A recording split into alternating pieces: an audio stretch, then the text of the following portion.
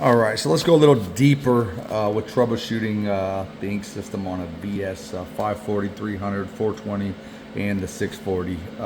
Here, I just made a video of this nasty ink mess that was originally here whenever I opened the back of it. I've done some cleaning, but while I'm here, it's tough whenever, to make these videos when I'm actually having a problem because I'm so determined to try to figure it out. It's hard to break out a camera when you want to figure out what there's a problem. So I just want to show you what I typically do.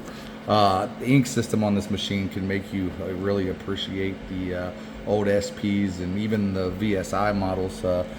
This one's a little bit more complex, but when you think about when you replace the printhead, if you replace the printhead, typically, when things go smooth, they go smooth. When they don't, then they're problematic, and it's hard to troubleshoot what the heck's going on. That's why I highly recommend OEM cap top and dampers. Very important. I do not sell parts. I have no benefit by telling you to buy OEM parts. I just know from past experiences that the aftermarket parts suck, and then it'll have you chasing problems that are non-existent. You replace a cap top, you think, oh, it's still doing the same thing. It could be that aftermarket cap top, I promise you. The same with dampers. If you want to rest assured that everything in the head is perfect, use OEM dampers, because you don't want to question a damper and say, well, it could be a defective Chinese damper, let's go ahead and throw another one in there, because then you're taking a risk on actually ruining that printhead. I've done it many times. I've ruined tens of thousands of dollars worth of printheads by being impatient, have a problem, do some stupid stuff trying to troubleshoot, and end up ruining a printhead. So you do not want to be on that other end. So it's very important to use the OEM cap tops. You followed the instructions from my previous video. So now we're at a point where we did everything from the my previous video, and we still have a problem. We have one color that's not coming back, or it's spotty. We could have 2 channels, 3 channels, whatever the case may be.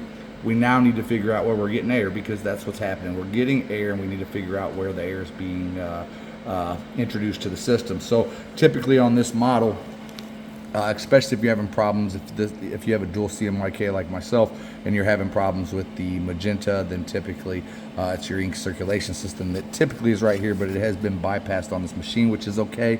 There's no white ink, there's no metallic ink, so bypassing the circulation system is completely fine. You can see that the ink lines back there are wide off for the magenta, so they bypassed previously, and that's what problem they was having with this machine.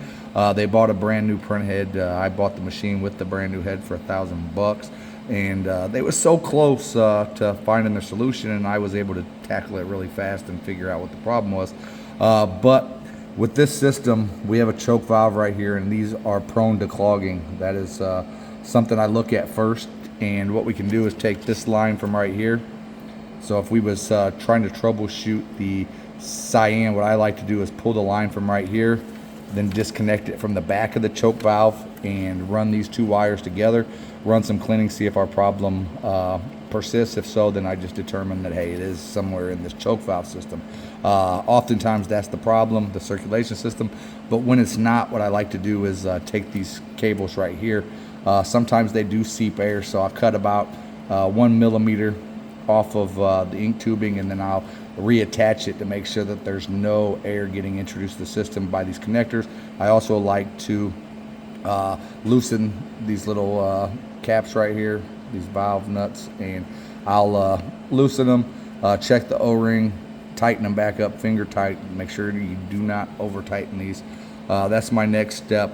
I'll also do this at the head butt joint, the joint that goes to the head. I'll trim about 1 millimeter apart, reseat the connector, make sure it isn't air from that area, and typically that's a process of elimination to check these components. It's easy when you have one color, but you got to note that sometimes you may think it's one color and it could be the other. The way this printhead is designed, you may think that, hey, it would be this side of the printhead, and you focus on this cyan line here, drive yourself crazy, pull your hair out, create an inky mess when it was actually the second one. So make sure that you check both of these. If you're having a cyan problem, make sure everything's good on both these.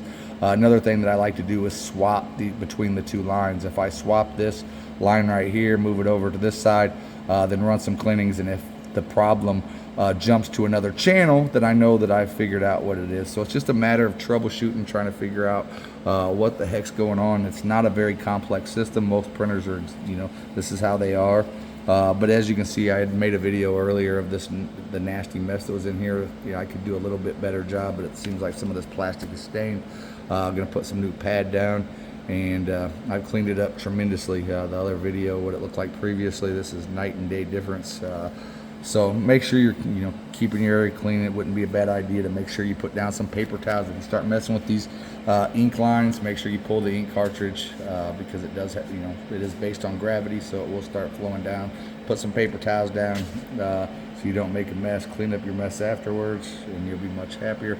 Hopefully this helps. This machine is a different animal compared to previous, you know, the SP model. So a lot of people that are jumping to this model, they're buying them, you know, as is, and hoping to fix them up. You're going to run into this problem, and 90% of the machines that I buy, somebody's already made a mess of. Most people, you know, they don't want to, you know, throw in the towel on their printer, so they try everything under the sun to try to fix their machine, and they create messes, you know, lines that are not in the right orientation. I've had this problem where I converted a machine from dual CMYK to light cyan, light magenta, and quickly found that, you know, the lines were backwards. And so watch what you're doing, take pictures. Hopefully this helps someone because these machines can cause you lots of grief, and you can end up running a brand new print head, and you can waste thousands of dollars in ink. That's the most important thing, running cleanings over and over again. If you're running cleanings and nothing's coming back, then you need to start looking elsewhere before wasting any more ink. Hopefully this helps. Thank you for watching. See you in the next video.